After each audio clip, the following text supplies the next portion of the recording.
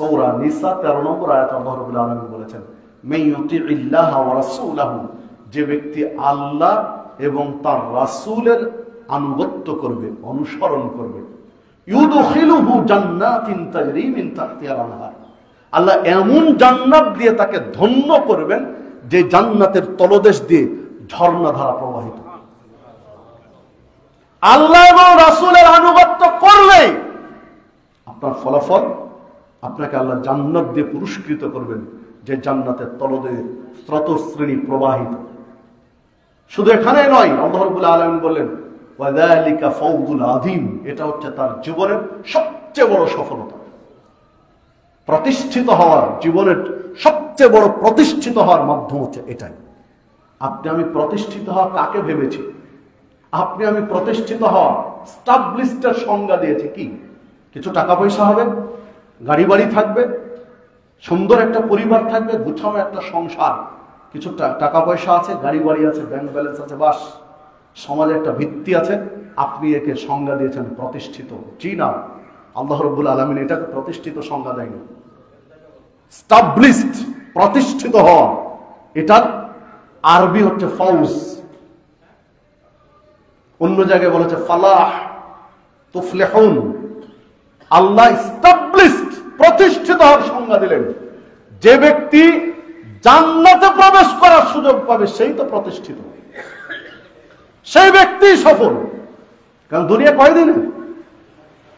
আপনার এই গাড়ি বাড়ি, আপনার এই ব্যাংক ব্যালেন্স, আপনার এই টাকা পয়সা কয়দিনে, কতদিন ভোগ করবেন? বড় জোর ভোগ করবেন 70 বছর, 80 বছর, না হয় 100 বছর ভোগ করবেন।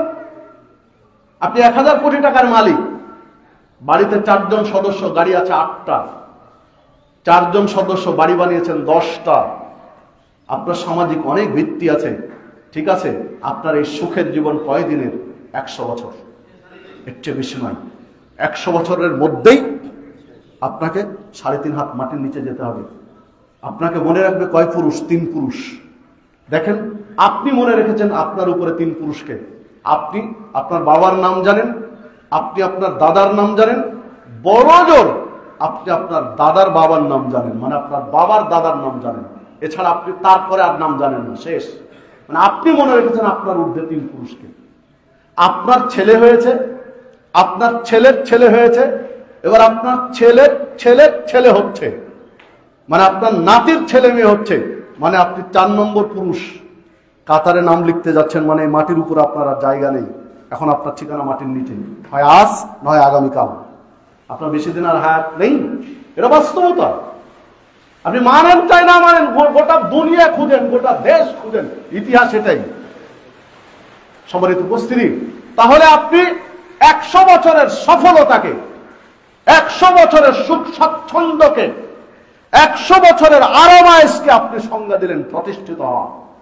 অথচ বিচারের মাঠ, হাসরের ময়দান, বিচারের একটা দিন, জি মুখ বন্ধ রেখে কাজ করেন, ইশারায় কাজ করবেন। বিচারের মাঠ, হাসরের ময়দানের একটা দিন হবে পৃথিবীর 50,000 বছরের সমান।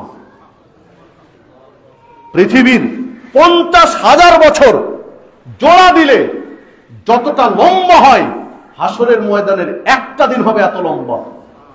তাহলে বিচারের মাঠে সুখে থাকা আর আপনার এই 100 বছর দুনিয়াতে সুখে থাকা, আপনাকে একটা পরকালের আখেরাতের একটা স্তর, একটা স্টেপ, একটা ধাপের কথা আমি বলছি। আখেরাতে তো একটা ধাপ নয়, কবর একটা ধাপ। নবী মুহাম্মদ সাল্লাল্লাহু আলাইহি ওয়াসাল্লাম পৃথিবীতে এই দুনিয়ার জমিনে ছিলেন কত বছর? 63 বছর। মাত্র 63 বছরে পৃথিবীর জমিনে ছিলেন। তিনি কবরে গেছেন, কবরে আছেন প্রায় 1,500 বছর সমান।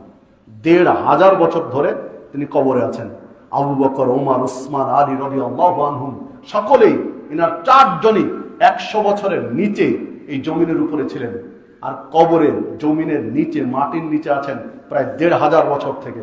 তাহলে কবরের জীবন থেকে দুনিয়ার জীবনটা কত ক্ষণস্থায়ী, একটু চিন্তা করেন, আপনার কাছে ক্লিয়ার স্পষ্ট।